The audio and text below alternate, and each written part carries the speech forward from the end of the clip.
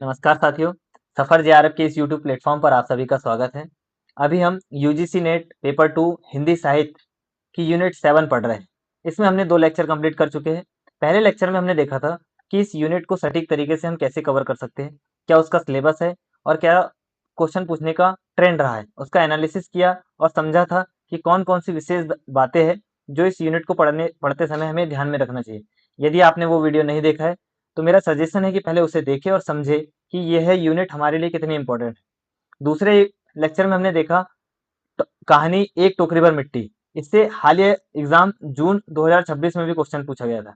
आज हम पढ़ेंगे कहानी चंद्रदेव से मेरी बातें, जो दिसंबर 2025 का एग्जाम हुआ था। उसमें इस कहानी से भी क्वेश्चन देखने को मिला था। वो क्वेश्चन भी हम अंतिम कहानी पढ़ने के बाद देखेंगे कि क्या वह क्वेश्चन था और क्या हमसे वह बन सकता है।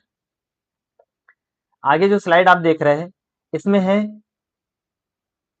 हमारी यूनिट 7 का पूरा पाठ्यक्रम। इसमें कुल 17 रचनाकारों की 21 रचनाएं लगी है और इन सभी रचनाओं को हम क्रमवार पढ़ेंगे। इसमें हमने सफरे जी की कहानी एक टोकरी भर मिट्टी पढ़ चुके हैं और अब हम पढ़ेंगे चंद्रदेव से मेरी बातें। कहानी लिखित है बंग महिला उर्फ राजेंद्र बाला घोष के द्वारा। ये जो आप अभी स्लाइड देख रहे हैं, यह हमारी हिंदी कहानी की सबसे महत्वपूर्ण स्लाइड में से एक है। अगर आपको डेफिनेटली 1 से 2 नंबर लेना है तो इस स्लाइड को क्रमशः कृपया करके अपने नोट्स में जरूर शामिल करें। इसमें क्रमवार समस्त कहानियों को रचना कालों के आधार पर वर्गीकृत किया गया है। आप सबसे पहले ऊपर की रो में देखोगे क्रमांक के बाद लेखक, लेखक, जन्म वर्ष और कहानी, जो इन लेखकों के द्वारा प्रकाशित और इस पाठ्यक्रम में लगी है। प्रकाशन, कहानी का प्रकाशन वर्ष और यह कहानी किस मासिक पत्रिका में प्रकाशित हुई है। कहानी संग्रह और इन कहानी संग्रह में प्रकाशित समस्त कहानियां। हमने पहली कहानी सप्रे जी द्वारा लिखित एक टोकरी भर मिट्टी को पढ़ चुके हैं और आज हम पढ़ेंगे राजेंद्र बाला घोष द्वारा लिखित कहानी चंद्रदेव से मेरी बातें। इसकी डिटेल एक्सप्लेनेशन हम आगे देखेंगे। तो हम पढ़ेंगे आज कहानी चंद्रदेव से मेरी बातें। किसके द्वारा लिखित है? राजेंद्र बाला घोष उर्फ बंग महिला। आगे बढ़ते हैं। इस कहानी से संबंध में प्रमुख बिंदु देखेंगे। यहाँ पर कहानी चंद्रदेव से मेरी बातें के संबंध में प्रमुख तथ्य लिखे हैं। इसका प्रकाशन वर्ष कौन सा है? 1904। अगर पूछे गए कि चंद्रदेव से मेरी बातें कहानी कब प्रकाशित हुई थी, तो 1904। किस पत्रिका में प्रकाशित हुई थी? तो सरस्वती पत्रिका में। इस कहानी की कथा वस्तु क्या है? तो कहानी है, यह कहानी चंद्रदेव को लिखे गए पत्र के रूप में लिखी गई है, मतलब यह कहानी पत्रात्मक है। और क्या है इसके बारे में? तत्कालीन गुलाम भारत की व्यवस्था और परिवेश पर व्यंग है। और तो अभी जैसे हमने देखा कहानी कैसी है, पत्रात्मक और व्यंग्यात्मक शैली में। और इसमें किस पर व्यंग है? तो लॉर्ड कर्जन की नीतियों पर व्यंग है। इस कहानी के पात्र, इसमें ज्यादा पात्र नहीं है, स्वयं लेखिका है जो चंद्रदेव से बातें करती नजर आती है। उल्लेखित शहर, हमें समस्त कहानियों के बारे में कौन कौन से शहर उल्लेखित है ये जरूर याद रखना चाहिए। जो भी विशेष तथ्य है वो भी। कौन सा शहर? इसमें राजधानी कलकत्ता का उल्लेख है। आगे बढ़ते हैं। कहानी के संबंध में आलोचना क्या है कि भवदेव पांडे जी जो है, याद रखना है कि भवदेव पांडे जी ने इसे हिंदी की पहली राजनीतिक कहानी कहा है। वे कहते हैं कि चंद्रदेव से मेरी बातें कहानी हिंदी साहित्य की पहली कहानी थी जिसने अपने समय की राजनीतिक और अर्थनीति को केंद्रीय तथ्य बनाया। तो भवदेव पांडे जी के अनुसार चंद्रदेव से मेरी बातें कहानी का केंद्रीय तथ्य क्या है? राजनीति और अर्थनीति से संबंधित। आगे अब हम कहानी को लाइन बाय लाइन पढ़ेंगे। तो बढ़ते हैं। ध्यान दीजिएगा, जितनी भी महत्वपूर्ण बातें हैं उन सभी को हाईलाइट कर दी गई है। इसमें प्रत्येक वर्ड हाईलाइटेड जो है वो इंपॉर्टेंट है। अभी जब आप पीवाईक्यू देखोगे तो आपको समझ में आएगा कि वाकई ये सारी जानकारी कितनी महत्वपूर्ण थी। तो बढ़ते हैं। कहानी शुरू होती है। भगवान चंद्रदेव, आपके कमलवत कोमल चरणों में इस दासी का अनेक बार प्रणाम। आज मैं आपसे 2-4 बातें करने की इच्छा रखती हूँ। आगे लेखिका कहती है कि क्या मेरे प्रश्नों का उत्तर आप प्रदान करेंगे? कीजिए, बड़ी कृपा होगी। फिर बढ़ती है। सुनी अनसुनी मत कर जाना, अपने बड़प्पन की ओर ध्यान देना। अच्छा, कहती हूँ सुनो। मैं सुनती हूँ आप इस आकाश मंडल में चिरकाल से वास करते हो। क्या यह बात सत्य है? यदि सत्य है तो मैं अनुमान करती हूँ कि इस सृष्टि के साथ अ- अवश्य आपकी सृष्टि हुई होगी। तब तो आप ढेर दिन पुराने हुए, बूढ़े कहे जा सकते हो। मतलब लेखिका चंद्रदेव जी के साथ भी हंसी टिटोली कर रही। आप इतने पुराने हैं तो सही, पर काम सदा से एक ही करते आए हैं, यह क्यों? लेखिका पूछती है। फिर पूछती है, क्या आपके डिपार्टमेंट महकमे में ट्रांसफर बदली होने का कोई नियम नहीं है?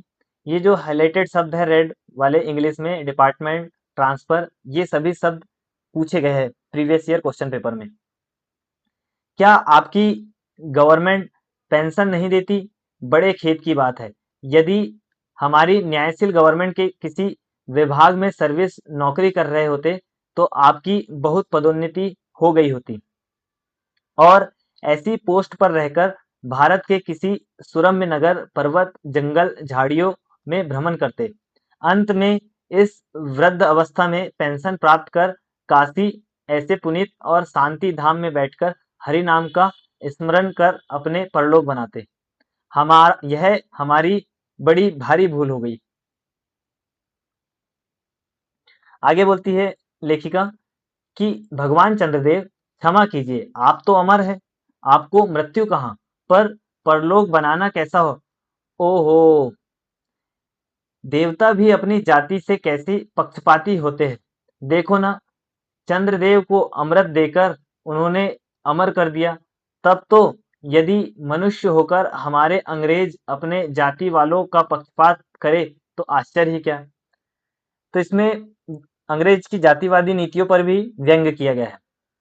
कहते हैं कहती है लेखिका कि अच्छा, यदि आपको अंग्रेज जाति की सेवा करना स्वीकार हो तो एक एप्लीकेशन, निवेदन पत्र हमारी आधुनिक भारत प्रभु लॉर्ड कर्जन के पास अवश्य देवे। आशा है कि वे आपको आदर पूर्वक अवश्य आह्वान करेंगे, क्योंकि आप अधम भारतवासियों के भांति कृष्णांग तो अदम्य भारतवासियों के भांति कृष्णांग तो है ही नहीं। मतलब ये जातिगत व्यंग जो अंग्रेज उस समय गोरों और कालों के बीच में मतभेद करते थे, उसके ऊपर ये लेखिका का व्यंग है। जो आपको अच्छी नौकरी देने में उनकी गौरांग जाति कुपित हो उठेगी, और फिर आप तो एक सुयोग्य, कार्यदक्ष, परिश्रमी, बहुदूरदर्शी, कार्यकुशल और सरल स्वभाव के महात्मा हैं। आगे लेखिका कहती है कि मैं विश्वास करती हूँ कि जब लॉर्ड कर्जन हमारे भारत के स्थायी भाग्य विधाता बनकर आएंगे, तब आपको किसी कमीशन का मेंबर नहीं तो किसी मिशन में भर्ती करके अवश्य ही भेज देंगे, क्योंकि उनको कमीशन और मिशन दोनों ही अत्यंत प्रिय है। पूछ सकती है, यूजीसी वाले पूछ सकते हैं, नेट वाले, एनटीए वाले पूछेंगे कि चंद्रदेव से मेरी बातें में लॉर्ड कर्जन को क्या पसंद था? तो कमीशन और मिशन दोनों अत्यंत प्रिय थे। आगे बढ़ते हैं। आपको आपके चंद्रलोक में जो रीति नीति सृष्टि के आदिकाल से प्रचलित थे, वे ही सब अब भी है, पर यहाँ तो इतना परिवर्तन हो गया है कि भूत और वर्तमान में आकाश पाताल सा अंतर हो गया है। मैं अनुमान करती हूँ कि आपके नेत्रों की ज्योति भी कुछ अवश्य ही मंद पड़ गई होगी। ऐसा क्यों कहती है लेखिका? आगे देखते हैं। लेखिका लेखिका कहती है, क्योंकि आधुनिक भारत संतान लड़कपन से ही चश्मा धारण करने लगी है। मतलब हम जैसों के ऊपर भी व्यंग है। इस कारण हमारे दीन हीन छीन प्रभु भारत को उतनी दूर से भली भांति न देख सकेंगे। अतएव आपसे सादर कहती हूँ कि एक बार कृपा करके भारत को देख तो आइए। यद्यपि इस बात को जानती हूँ कि आपको इतना अवकाश कहाँ। फिर लेखिका कहती, पर 8वें दिन नहीं तो महीने में एक दिन अर्थात अमावस्या को आपको हॉलिडे छुट्टी अवश्य ही रहती है। यदि आप उस दिन चाहे तो भारत का भ्रमण कर जा सकते हैं। इस भ्रमण में आपको कितनी ही नूतन दृश्य देखने को मिलेंगे, जिसे सहसा देखकर आपकी बुद्धि जरूर चकरा जाएगी। अब कौन कौन से नूतन दृश्य है जिनका उल्लेख लेखिका करती है? लेखिका कहती है कि यदि आपसे सारे हिंदुस्तान का भ्रमण शीघ्रता के कारण न हो सके तो केवल राजधानी कलकत्ता को देख ले। क्वेश्चन पूछ सकते हैं कि चंद्रदेव से मेरी बातें में लेखिका चंद्रदेव से केवल किस स्थान को घूमकर आ सकने की बात कह रही है? राजधानी कलकत्ता को। यह इसमें किसका जिक्र है? तो राजधानी कलकत्ता का। आगे कहती है कि वहां वहां के कल कारखानों को देखकर आपको यह अवश्य कहना पड़ेगा कि यहाँ के कारीगर तो विश्वकर्मा के भी लकड़दद्दा निकले। किसका? विश्वकर्मा भगवान का भी उल्लेख है यहाँ पे। यही क्यों आपकी प्रिय सहयोगिनी दामिनी, जो मेघों का अपहरण करके आनंद से अठखेलियां किया करती है, वह बेचारी भी यह मनुष्य के हाथों खिलौना हो रही है। मतलब बिजली के बारे में, जो इलेक्ट्रिसिटी उस समय बन चुकी थी, उसके ऊपर यहाँ पे कथ्य लिखा गया है।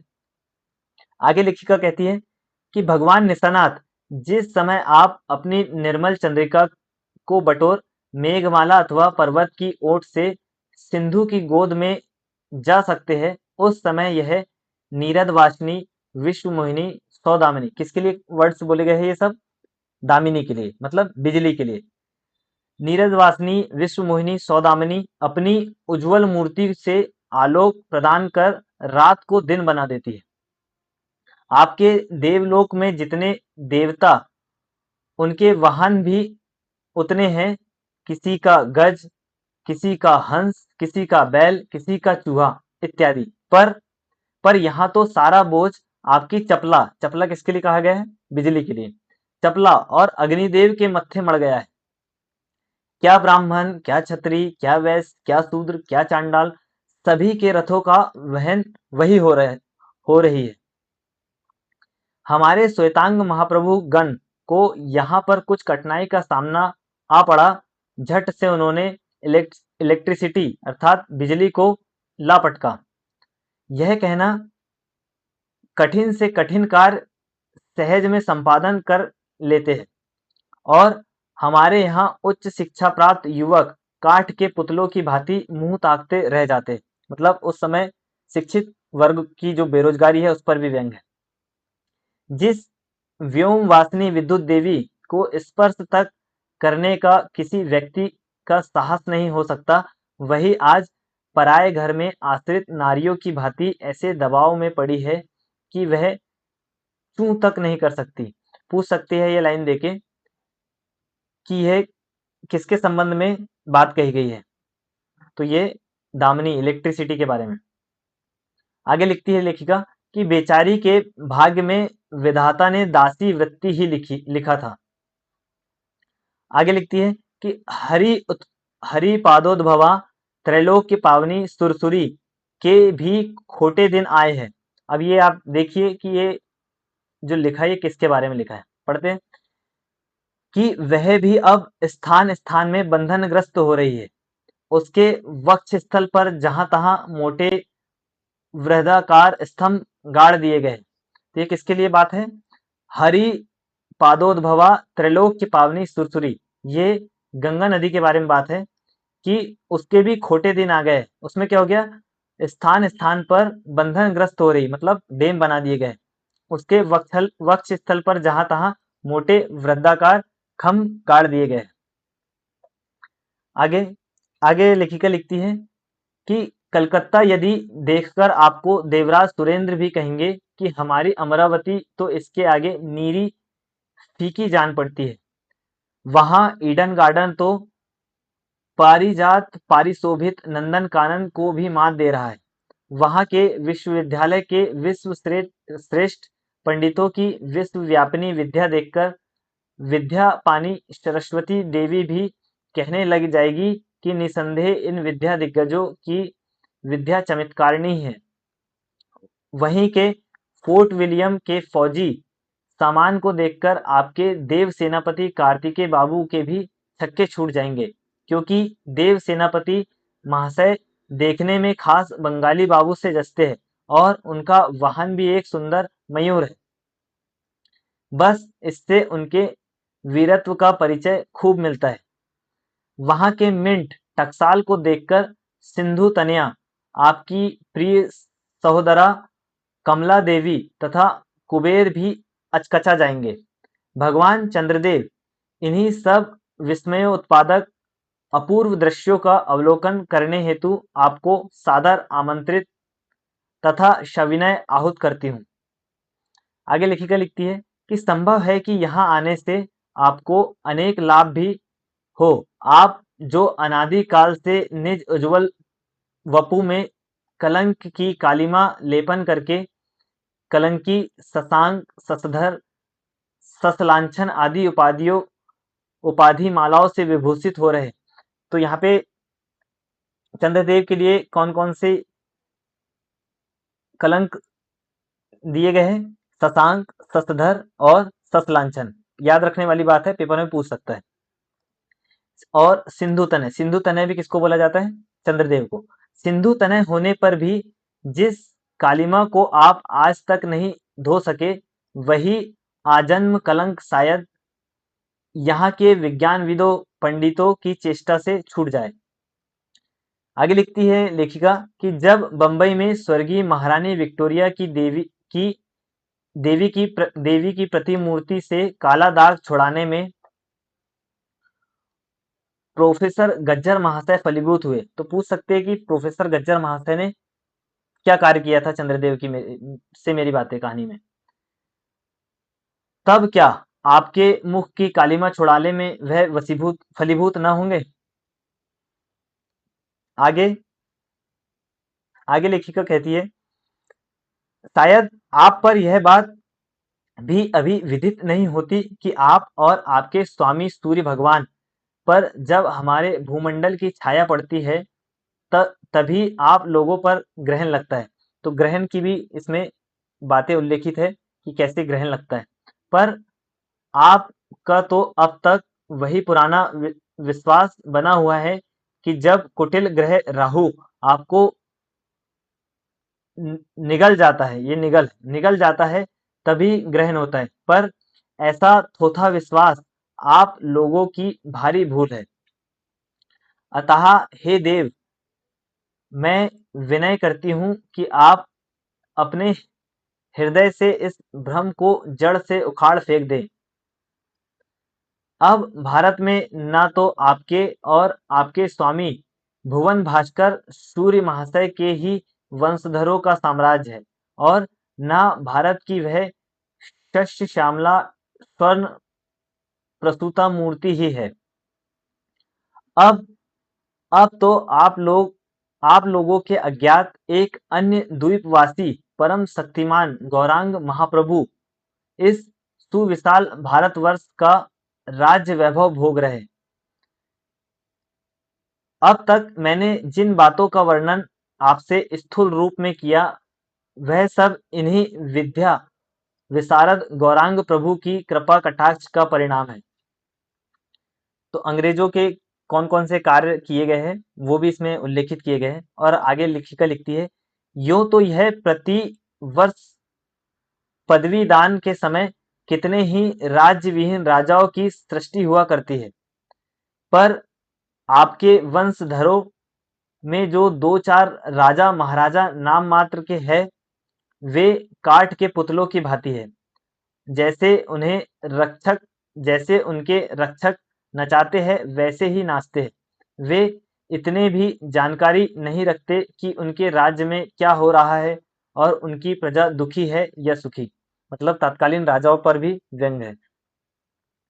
आगे लेखिका लिखती है कि यदि आप कभी भारत भ्रमण करने आए तो अपने फैमिली डॉक्टर धन्वंतरी महाशय को और देवताओं के चीफ जस्टिस चित्रगुप्त जी को अवश्य साथ लाए। तो मतलब और लेखिका किन किन को साथ लाने की बात कह रही है? फैमिली डॉक्टर धन्वंतरी और चीफ जस्टिस चित्रगुप्त पूछ सकते हैं। आगे लिखती है कि धन्वंतरी महाशय यहाँ के डॉक्टरों के सन्निकट चिकित्सा संबंधी बहुत कुछ शिक्षा का लाभ कर सकेंगे। अब धन्वंतरी महाशय कैसे लाभ कर सकेंगे ये देखो, यदि प्लेग महाराज ईश्वर न करे आपके चंद्रलोक या देवलोक में घुस पड़े तो वहां से उनको निकालना कुछ सहज बात ना होगी।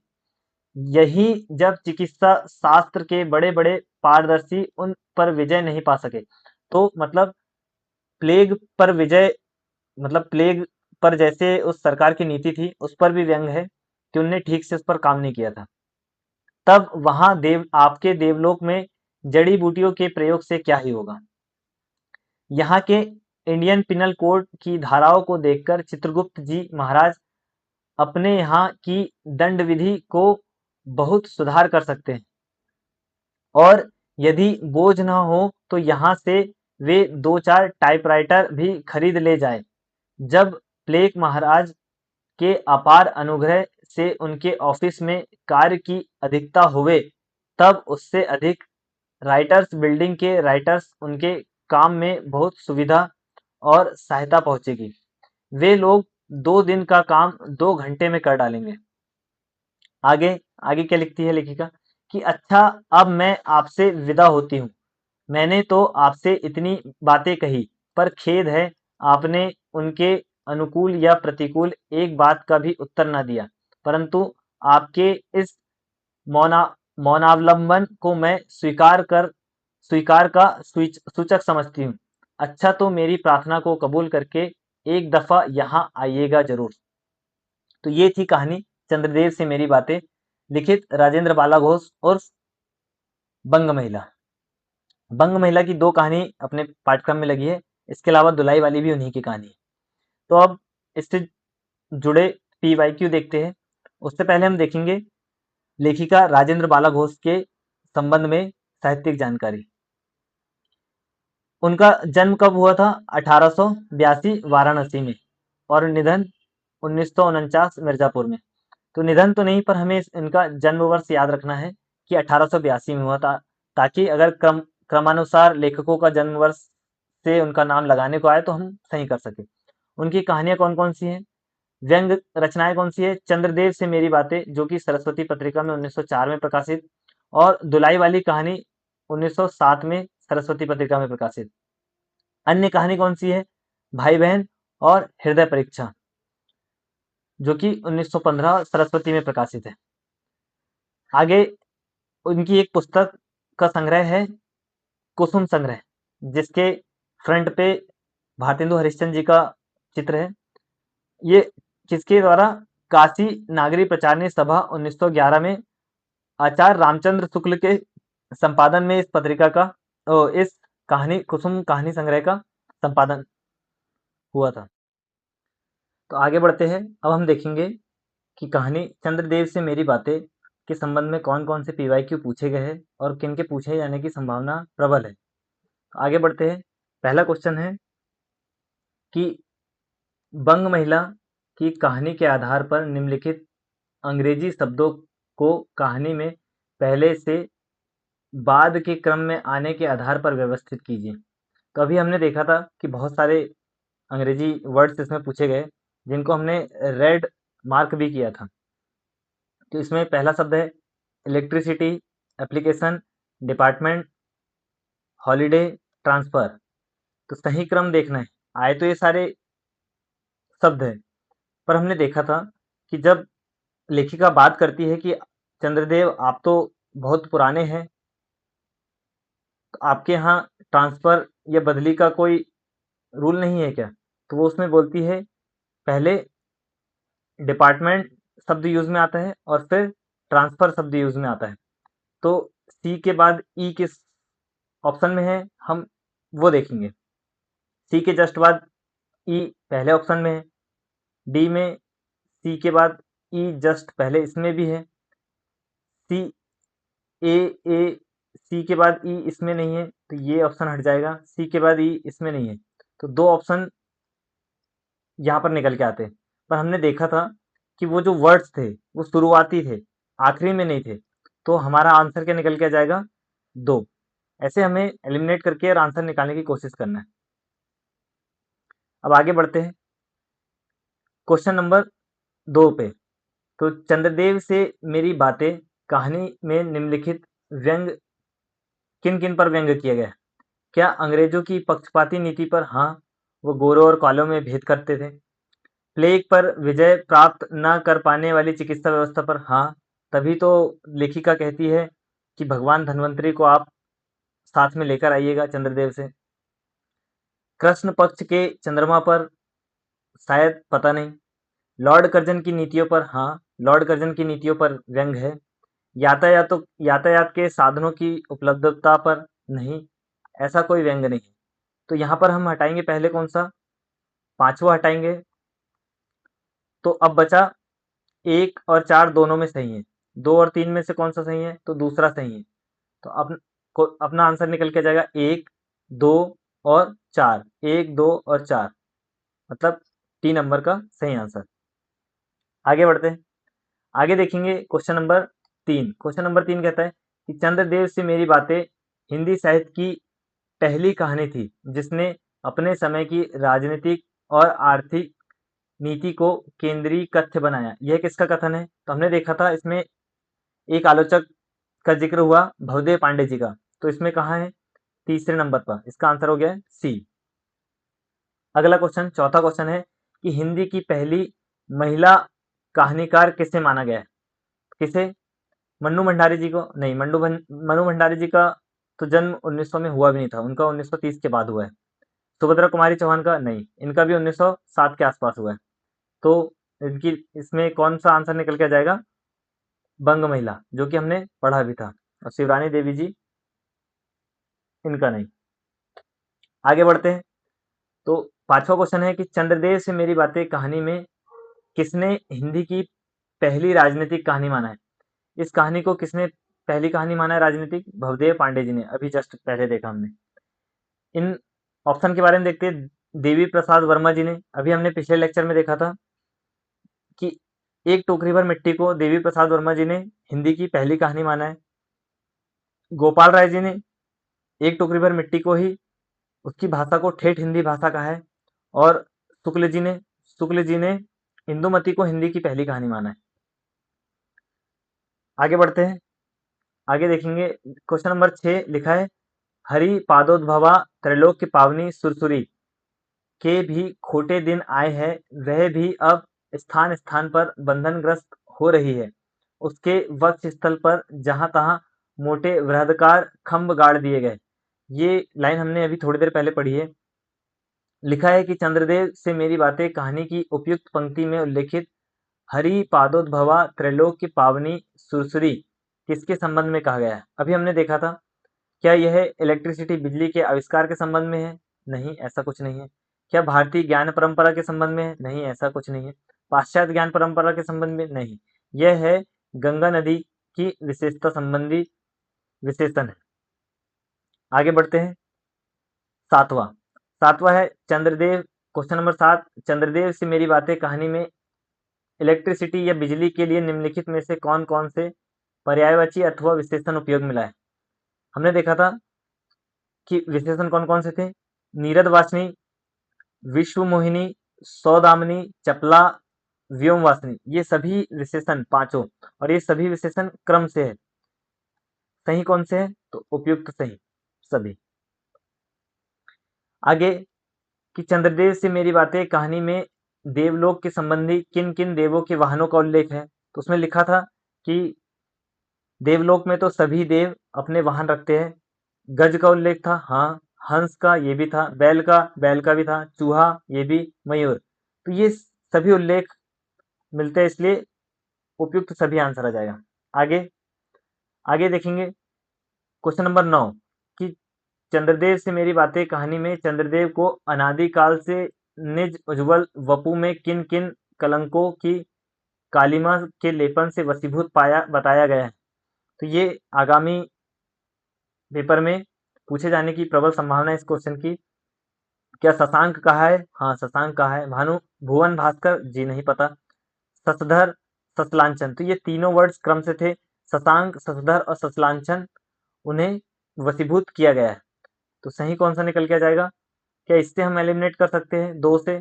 2 नहीं है, 2 नहीं है, उपयोग सभी तो होगा नहीं। तो आंसर अपने आप निकल के जाएगा बी। तो इस प्रकार एलिमिनेशन भी लगाना है। क्वेश्चन नंबर 10 कि चंद्रदेव से मेरी बातें कहानी में निम्नलिखित में से कौन से देवी देवताओं का उल्लेख किया गया है? विश्वकर्मा, हाँ पहले ही इनका उल्लेख किया गया है।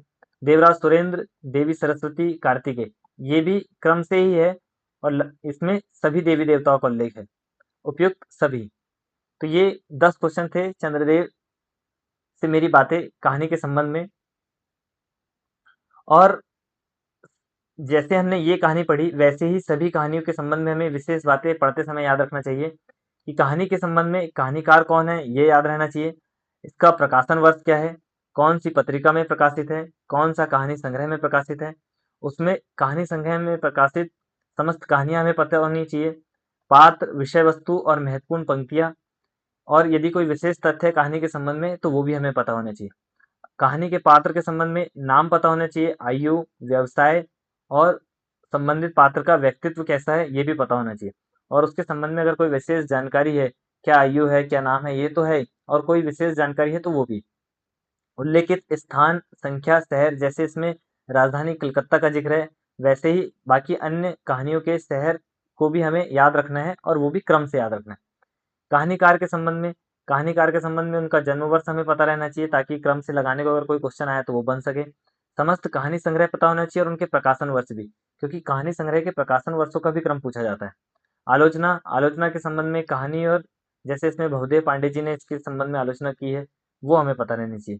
तो ऐसे ही ये लेक्चर यहाँ पर कंप्लीट होता है। तो यहाँ तक बने रहने के लिए आप सभी का धन्यवाद। अगर लेक्चर पसंद आया है तो उसे लाइक करें, सब्सक्राइब करें और ज़रूरतमंद को शेयर ज़रूर करें।